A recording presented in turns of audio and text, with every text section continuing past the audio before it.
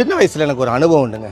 Tea கடைக்கு போனோம்னு சொன்னோம்னாக்க அந்த டீ கடையில் வந்து இந்த வெங்காய போண்டா போட்டிருப்பாங்க. அது பார்க்கும்போதே சாப்பிடணும்னு ஒரு ஆசை வரும். அதை வாங்கிட்டு ஒரு கையில் டீயும் ஒரு கையில் போண்டாவும் வச்சு சாப்பிட்றது ஒரு அனுபவங்க.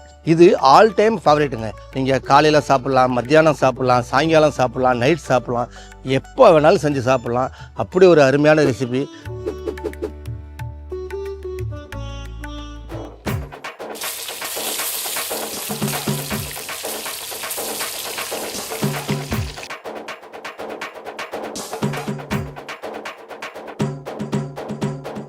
வெட்டிங் ஃபங்க்ஷன் டைமில் வந்து நாங்கள் டீக்கு வந்து அடிக்கடி கொடுப்போம்னு சொல்லி சொன்னார்.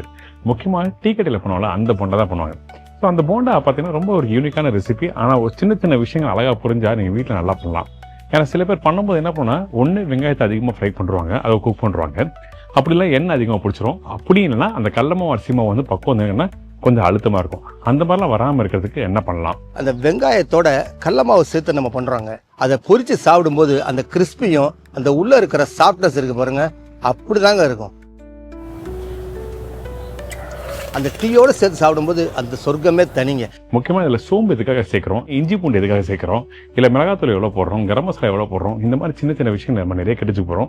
இந்த ரெசிபி நம்ம சொல்லி தரப்போறாங்கன்னா நம்ம சக்தி கிச்சன்ஸாக தான் உங்கள் எல்லாருக்குமே தெரியும். அப்படி ஒரு அருமையான ரெசிபி செஞ்சு பாருங்க, சாப்பிட்டு பாருங்க. நான் சொல்றதோட சொர்க்கம் கண்டிப்பாக உங்களுக்கு புரியும். ஸோ ஒரு யூனிக்கான ரெசிபி கரெக்டான ஆட்டை கேட்டால் மட்டும் தான் நம்மளுக்கு அந்த ரெசிபியை பற்றி நமக்கு நிறைய விஷயம் தெரியும். அவரை போய் மீட் பண்ணி இந்த ரெசிபி தெரிஞ்சிடலாம். போலாமா? நல்லா சுட சுட ஈவினிங் டீயில் அந்த போண்டாவோட சாப்பிடும் போது அப்பா சூப்பராக இருக்கும். போலாமா? நம்ம சேனலை சப்ஸ்கிரைப் பண்ணாதவங்க பண்ணுறேங்க, லைக் அண்ட் ஷேர் கொடுங்க. போகலாம்.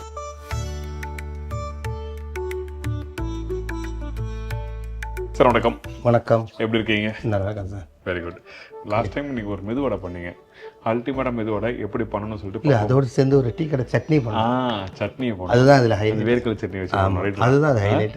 நிறைய பேர் ட்ரை பண்ணி பார்த்து ஃபீட்பேக் கொடுத்தாங்க. ஸோ அந்த மாதிரி இன்னைக்கு நம்ம என்ன ஸ்நாக்ஸ் பண்ண போகிறோம் அதை பற்றி சொல்லுங்கள். டீ கடை வெங்காய கார போண்டா. டீ கடையில் வந்து நீங்கள் பார்த்தீங்கன்னு சொன்னாக்க நம்ம என்னதான் அந்த டீயை தனியாக சாப்பிட்றத விட இந்த போண்டா ஒரு கறி கடிச்சிட்டு அந்த டீயை சாப்பிட்றதுல ஒரு சுகம் இருக்கும். அது உண்மை. அது அந்த சுட சுட சுட சுட நியூஸ் பேப்பரில் வச்சுட்டு ஒரு பைட்டு டீ அப்படி. ஆமாம் ஆமாம். நம்ம மெதுவோட இருந்தாலும் அதே தான், இல்லை வந்து சம்சா இருந்தாலும் அதே தான். ஆனால் எக்ஸலண்ட்டாக வந்து இந்த போண்டா இருக்குது பாருங்கள். இது வந்து மழை நேரமாகட்டும், வெயில் இருக்கட்டும், கரண்ட் போகாமல் இருக்கட்டும், எது இருந்தாலும் இல்லைனாலும் இதை உடனே நம்ம தயார் பண்ணிட முடியும். அதனால் இதுதான் அந்த டீ கடைக்கு வந்து எந்த மாதிரி சூழல் இருந்தாலும் அதை வந்து காப்பாற்றி கொடுத்துரும். நல்லாயிருக்கும். சரி, அப்போ பண்ண ஆரம்பிக்கலாமா? ஓகே. வெங்காயம் 400 கிராம், கடல மாவு 1.5 கப்பு, அரிசி மாவு 1/2 கப்பு, மைதா சிறிதளவு, வனஸ்பதி 2 டீஸ்பூன், பச்சை மிளகாய் 3 எண்ணிக்கை, இஞ்சி பூண்டு paste 1 tablespoon, chilli powder 1/2 teaspoon, garam masala தூள் 1/2 டீஸ்பூன், சீரக பவுடர் 1 டீஸ்பூன், பெருங்காயம் 1/2 டீஸ்பூன், சோம்பு 1/2 டீஸ்பூன், சமையல் சோடா 2 சிட்டிகை, கொத்தமல்லி நறுக்கியது சிறிதளவு, கருவேப்பிலை சிறிதளவு, புதினா சிறிதளவு, உப்பு தேவையான அளவு, கோல்டு வினர் ஆயில் பொரிக்க தேவையான அளவு. ஃபர்ஸ்ட் வெங்காயத்தை இந்த பாத்திரத்தில் எடுத்துக்கிறோம் சார். இதோட சேர்ந்து எல்லா பொருட்களுமே இதில் ஒன்றா போட்டு மிக்ஸ் பண்ணிட போகிறோம் சார். ஓகே. உப்பு நம்ம இந்த வெங்காயத்தில் சேர்த்துட்டோம்னு சொன்னோம்னாக்க என்ன ஆகும் அப்படின்னு சொல்லி கேட்டிங்கன்னா தண்ணி விட ஆரம்பிச்சிடும். வெங்காயத்துக்கு அது மாதிரி ஒரு தன்மை இருக்குது. ஓகே. அதனால நம்ம என்ன பண்ணலாம் அப்படின்னு கேட்டிங்கன்னாக்கா இதை மிக்ஸ் பண்ணி வெயிட் பண்ணாமல் இமிடியேட்டாக வந்து நம்ம பொரிக்க ஆரம்பிச்சிடும். சரி, ஓகே. Done done done. இப்போ அடுத்து நமக்கு என்ன வேணும்? இஞ்சி பூண்டு. இந்தாங்க இஞ்சி பூண்டு பேஸ்ட்டு. ஆமாம். இதில் பூண்டு வந்து இந்த ஃப்ளேவரு, ரெண்டாவது வந்து வயிற்றுக்கு வந்து செரிமானத்தை கொடுக்கறதுக்கு இஞ்சி. இஞ்சி எண்ணெயில் ஃப்ரை பண்ணுறதுலாம் அது ஒரு முக்கியமான. ஆமாம். அடுத்து பெருங்காயம்னா? பெருங்காயம் நான் போடுவா? போடுங்க. ஏன்னா கையில் இஞ்சி பூண்டு பேஸ்ட் இருக்குது. போதுமா? இன்னும் கொஞ்சம் போதும் சார். Okay, ton. இதுக்கப்புறம் உப்பு, காரத்தூள். நாங்கள் உப்பு இருந்தாங்க, நீங்களும் அள்ளி போடுங்க, உங்களுக்கு தான் தெரியும். கருவேப்பிலை, கொத்தமல்லி எல்லாமே வரிசையாக கொடுத்துடலாம் சார். சரிந்தாங்க. கருவேப்பிலை. ஓகே. கருவேப்பிலை. இதுக்கப்புறம் கொத்தமல்லி. கொத்தமல்லி. அப்புறம் இதுக்கப்புறம் புதினா. ஓகே. நம்ம வீட்டில் யாரும் சொந்தக்காரங்க கொண்டு டக்குன்னு எல்லாத்தையும் ஒன்றா போட்டு மிக்ஸ் பண்ணி உடனே பண்ணிடலாம். உடனே பண்ணி கொடுத்துடலாம். ஓகே. இந்த புதினா மட்டும் என்ன நமக்கு அந்த ஃப்ரெஷ்னஸ் இதில் தான் சார் நமக்கு கிடைக்கும். அந்த புதினாவில் தான் சார் கிடைக்கும். ஓகே. அந்த வாசம் இருக்கும் இது மாதிரி ஃப்ரை ஸ்நாக்ஸ். ஆமாம் சார். இதுக்கப்புறம் மிளகாய் போடுறோமா? மிளகாத்தூள், மல்லித்தூள், பச்சை மிளகாய் நம்ம நல்லா பொடிசாக கட் பண்ணி வச்சுருக்கோம். அடுத்தது வந்து சோம்பு சார். சோம்பு வந்து டைஜஷனும் இருக்கும், அதே நேரத்தில் வாசமும் இருக்கும். இது ரெண்டுமே வந்து நமக்கு இந்த சோம்புல கிடைக்கும் சார். ஓகே. அதனால சோம்பு வந்து இதில் நம்ம சேர்த்துக்கிறோம் சார். ஆமாம். சின்ன நாரிக்கல்லாம் பார்த்தீங்கன்னா சோம்போட வாசத்தோடு சாப்பிடும் போது சூப்பராக இருக்கும். ஆமாம். போண்டா வேகும் போதே இந்த வாசம் வந்து நம்மளை டீ குடிக்க விடாது. ரைட்டான விஷயம். இதுக்கப்புறம் கரம் மசாலா, தனி மிளகாய் தூள். எனக்கு அதுதான் தெரியும், நீங்கள் அதான் கேட்பீங்கன்னு. மிளகாத்தூள். ஆனால் நிறைய பேர் என்ன பண்ணுறாங்கன்னா கலருக்காக வந்து அந்த பேக்கிங்கோட கலர் பொடி போட்டுறாங்க. எனக்கு கேட்டால் அது வேண்டாம், பார்க்க ரெட்டிஷ் கலர் இருக்குது சொல்லிட்டு நம்ம அதையும் போட்டு மிக்ஸ் பண்ணி ஃப்ரை பண்ணி சாப்பிட்றோம். அது எனக்கு கண்டிப்பாக அந்த மாதிரி சாப்பாடு நம்ம எடுக்காமல் இருக்கிறது நல்லது. ஏன்னா இன்றைக்கி வந்து பார்க்குறது கண்ணுக்கு நல்லாயிருக்கும், அதனால டேஸ்ட் எந்த ஒரு டேஸ்ட்டும் வராது. இன்னொரு முக்கியமான விஷயம், அதனால் நமக்கு வரப்போகிற பிரச்சனை என்ன கேட்டினா கேன்சர், ஸ்கின் ப்ராப்ளம் அந்த மாதிரி வரும். ஒரு 10 வருஷம் 20 வருஷம் கழிச்சு பார்த்தீங்கன்னா நம்ம உடம்புல சின்ன சின்ன ப்ராப்ளம் வரும். அதனால் கலரை வந்து ப்ளீஸ் அவாய்ட் பண்ணுங்கள். யூஸ் பண்ணினா கவர்மெண்ட் அங்கீகரிக்கப்பட்ட கலரை யூஸ் பண்ணுங்கள், அது வெரி வெரி இம்பார்ட்டன்ட். சரிங்களா? சோடா மாவு 2 பிஞ்சு. சரி, ஓகே. சோடா இதுக்கு இதில் போடுறோம், ஏன் காரணம் என்ன? சோடா சேர்க்குதுன்னு நல்ல விஷயம் பாயிண்ட் அப்படிங்கிறாரு பார்த்தீங்களா? ஏன்னா இதெல்லாம் முக்கியமான விஷயம், தெரிய வேண்டிய விஷயம். அதான் இப்போ இதில் வந்து நம்ம வந்து கடல மாவு சேர்க்குறோம் சார், அரிசி மாவு சேர்க்குறோம், கொஞ்சமாக மைதா மாவு சேர்க்குறோம். சரி, ஓகே.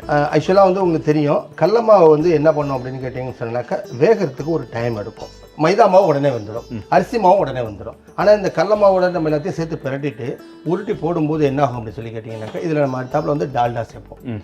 இந்த டால்டா என்ன பண்ணும் அப்படின்னு சொல்லி கேட்டிங்கன்னா உள்ள சாஃப்ட்னஸும் வெளியில் வந்து அந்த ஒரு முறுமுறுப்பு தன்மை. உள்ள சாஃப்ட்னஸாக இருந்தாலும் வெந்து இருக்கணும்ல, அதுக்காக தான் இந்த உணவு சோடா சேர்க்குறோம். இந்த சோடா மாவு, ஆமாம், அந்த கடல மாவு வந்து சீக்கிரம் வேக வச்சுருவாங்க. அதை நம்ம கொடுக்குற அந்த டயத்துக்குள்ளே இல்லை வெளியில் கலர் வந்து கனங்கரையர்னு போயிடும், உள்ளே வந்து மாவு வேகிறதுக்கு டைம் எடுத்து புரியுது. கலக்க ஆரம்பிச்சோடனே பார்த்தீங்கன்னு சொன்னாக்கா தண்ணி ஃபார்ம் ஆயிடுச்சு. ஆமாம் சார், இப்போ இதில் நான் வந்து முதல்ல கடல மாவு, அரிசி மாவு, மைதா மாவு போடாமல் அதுக்கு உண்டானது உப்பு காரம் இந்த வகைத்தையும் மட்டும் முதல்ல கொடுத்துருக்குறேன். அதை பற்றி நீங்கள் கேட்கவே இல்லையா?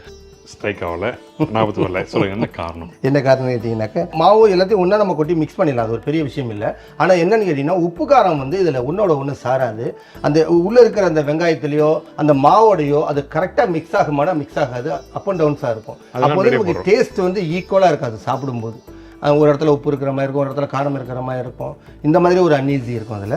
அதுக்கு பதிலாக தான் இப்போ நம்ம என்ன பண்ணுறோம், இதை கொடுத்துட்டோம். இப்போ இதில் பார்த்தீங்கன்னாலே தெரியும், இது எல்லாமே உங்களுக்கு வந்து அதில் மிக்ஸ் ஆகிடுச்சு. முக்கியமாக சோடா இப்போ நம்ம அதுக்கு மேலே வந்து டால்டாவையும் கொடுத்துட போகிறோம். சரி, ஓகே. கொடுத்துட்டு மிக்ஸ் பண்ணிட்டோம்னு சொன்னோம்னாக்கா இதுக்கப்புறம் நம்ம மாவு கொடுத்தோம்னாக்கா மாவு வந்து மேலே ஈஸி தான் இருக்கும்.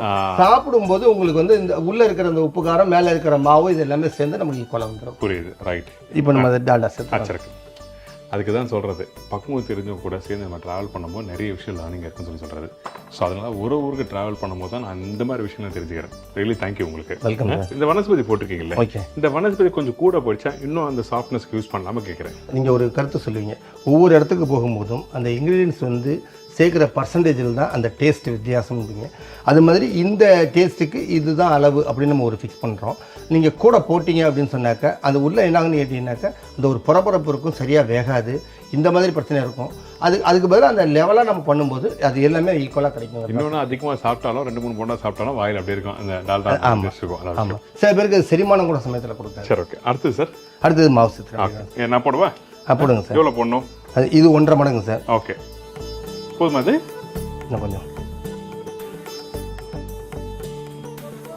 போதும் சார். ஓகே. இப்போ நம்ம அரிசி மாவு சேர்த்துறோம். இப்போ எல்லாத்தையும் சேர்த்துட்டு இது பிசைஞ்சிட்டு தண்ணி மட்டும் தெளிக்கும் போது நம்ம என்ன பண்ணணும்னு கேட்டிங்கன்னாக்கா ஒரு ஓரத்தில் கொஞ்சமாக தண்ணி தெளித்து அப்பப்போ இந்த போண்டாவை போட ஆரம்பிச்சிடணும். அரிசி மாவு சேர்த்துட்டோம், கொஞ்சம் மைதா சேர்க்கக்கூடாது. மைதாவை சேர்த்துட்டு ஒரு பிரட்டிட்டு ஒரு ஓரமாக ஒதுக்கிட்டு கொஞ்சமாக தண்ணி தெளித்து உருட்டி நம்ம வந்து எண்ணெயில் போட ஆரம்பிச்சிடணும். இப்போ நம்ம இது எல்லாத்தையும் போட்டுட்டு கரெக்டாக தான் நம்ம உருட்டிருக்கோம், டைட்டாக இருக்குது அப்படின்னு நினச்சிட்டு நம்ம என்ன பண்ணுவோம் அப்படின்னு கேட்டிங்கன்னாக்கா சரியான அளவில் அதை நிப்பாட்டிடுவோம். ஆனால் அதுக்குள்ளேருந்து வர்ற தண்ணி அதுக்கப்புறம் அதை வந்து இலக வச்சிடும், லூஸ் ஆகிடும். அதனால அந்த மாதிரி இல்லாமல் ஜஸ்ட் இதை ஒரு பிரட்டிட்டு அப்படியே விட்டுடலாம். சரி, ஓகே.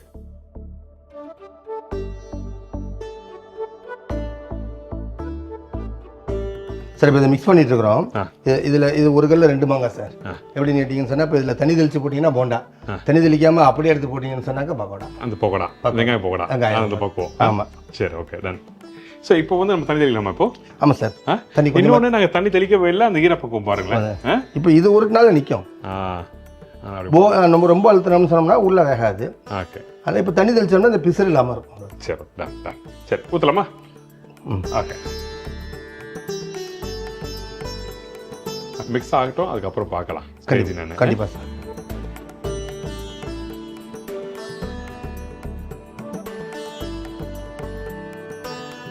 சார், இப்போ இது நல்லா மிக்ஸ் பண்ணிட்டோம்.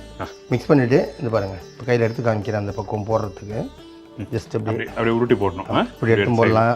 இப்படி இதில் தேய்ச்சும் போடலாம் நீங்கள். இப்படி தான் போடணும். ஆமாம், இப்போ இதில் இந்த மாதிரி உருட்டி போட்டிங்கன்னா ரவுண்ட் ஷேப் கிடைக்கும். சரி. இப்படி உருட்டி போட்டிங்கன்னா ஒரு அன்ஷேப் கிடைக்கும். ஓகே. ஆமாம், இப்போ இப்படி உருட்டி போடுறது பார்க்க அழகாக இருக்கும். ஓகே. ஒரே மாதிரி இது இன்னும் மாவு போடணுமா இல்லை இதுவும் கரெக்டாக இருக்கும்? அவ்வளோதான் சார், மாவு சரியாக இருக்கும் சார். அப்படியே போட்டலாம் சார். இப்போ நம்ம எண்ணெய் சட்டியை வச்சு அதில் கோல்டு ஆயில் வைக்க போகிறோம். வச்சு அது நல்லா சூடான பிறகு அதில் நான் பொரிச்சு காமிக்கிறேன். அப்போ உங்களுக்கு அந்த பக்கம் சரி சரியாக இருக்கும் சார். இது போடும்போது வந்து மிதமான சூடில் போடுங்க. Very important.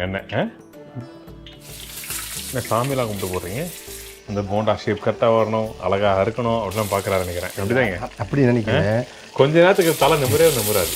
ஏன்னா அந்த உள்ள குக்கிங்கில் உள்ளே போயிட்டாரு. Very good.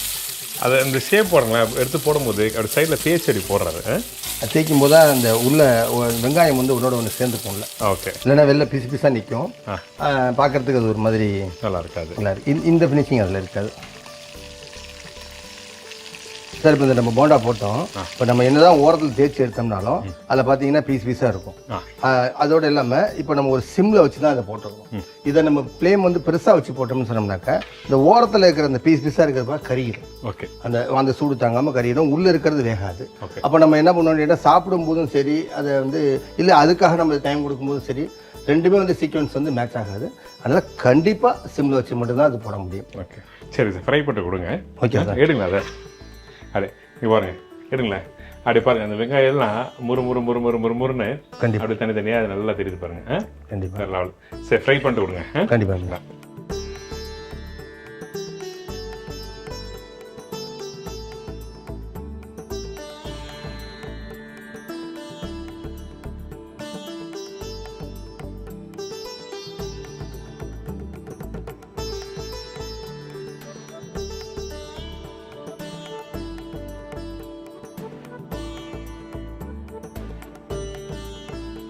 சார் இப்போ இது நல்லா வெந்துடுச்சு சார்.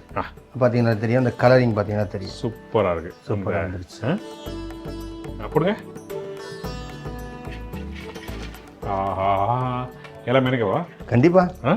முடிஞ்சால் சாப்பிடுங்க. முடிஞ்ச சாப்பிடுங்களா?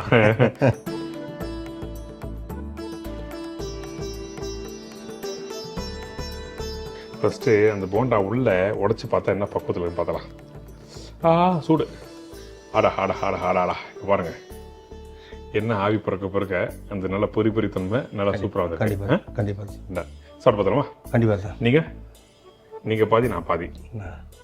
அந்த வெங்காயம் உள்ள நல்லா முழுசாவே நல்லா தெரியுது.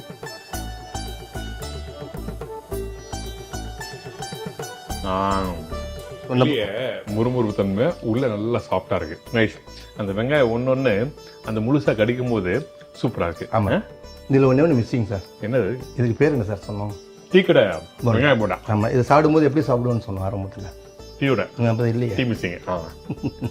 தலைவர் தான் கரெக்டா புலன் விசாரணை போலீஸ் மாதிரி வந்து பிடிச்சிருக்காங்களா? Thank you. But very very nice. பர்டிகுலராக நீங்கள் சொன்னீங்க பார்த்தீங்களா, அந்த டால்டா போட்ட பிறகு இந்த சோடா மாவு போட்டால் என்ன பக்குவம் சொல்லி பக்குவமாக வந்துருக்கு. ஆமாம் சார். நீங்கள் வீட்டில் பண்ணும்போது இதில் அந்த காரமாக இருக்குது, அந்த சோம்போட தன்மையாக இருக்குது, அந்த நீங்கள் போட்டிருக்க அந்த புதினாவோட வாசம், மேலே முறுமுறுப்பு தன்மை, உள்ளே பார்த்தீங்கன்னா சாஃப்டா, இப்படி இருந்தால் தான் அந்த போண்டா. இன்னொரு முக்கியமான விஷயம், எண்ணெயே இல்லை. இதான் பக்குவமான சூடில் கரெக்டாக வச்சுக்கிறீங்கன்னா கரெக்டாக இருக்கும். கண்டிப்பாக. இன்னொன்று தண்ணி அதிகமாக யூஸ் பண்ணிங்கன்னா கண்டிப்பாக நல்லா இருக்காது. ஸோ அதெல்லாம் கண்டிப்பாக ட்ரை பண்ணுங்கள். ஐம் ஷூர் டெஃபினட்டாக ஒரு நல்ல ஸ்நாக்ஸு பலகாரம் வீட்டிலே பண்ண முடியும். ஓடி போய் டீ கடையில் வாங்கிறது போல நீங்கள் ஒரு நாள் நீங்கள் வீட்டில் டைப் பண்ணலாம். கண்டிப்பாக. நன்றி. Thank you sir. உங்கள் நம்ப கொடுங்க. தரேன் சார். இந்த டீ கடை போண்டா இந்த டீ கடையில் மட்டும்தான் செய்ய முடியும் அப்படிங்கிறது கிடையாது, நம்மளும் செய்யலாங்கிறதா அது ஒரு விஷயம். அதனால் கண்டிப்பாக நீங்கள் ட்ரை பண்ணுங்கள். ரொம்ப ஒரு எக்ஸலண்ட்டான ரெசிபி, நல்ல மாலை நேரத்தில் ரொம்ப அருமையான ஒரு ரெசிபி. செஞ்சு சாப்பிட்டு பார்த்துட்டு கண்டிப்பாக அதை பற்றி ஒரு ஃபீட்பேக் சொல்லுங்கள். அப்படி உங்களுக்கு இந்த மாதிரி ஒரு ரெசிபி தேவைன்னு சொன்னால் நீங்கள் கான்டாக்ட் பண்ண வேண்டிய நம்பர், என்னுடைய பேர் வந்து Shakti Krishnan, Sri Vinayaka catering service, number 67, Bhaktapuri தெரு, கும்பகோணம். இது என்னுடைய விலாசம்.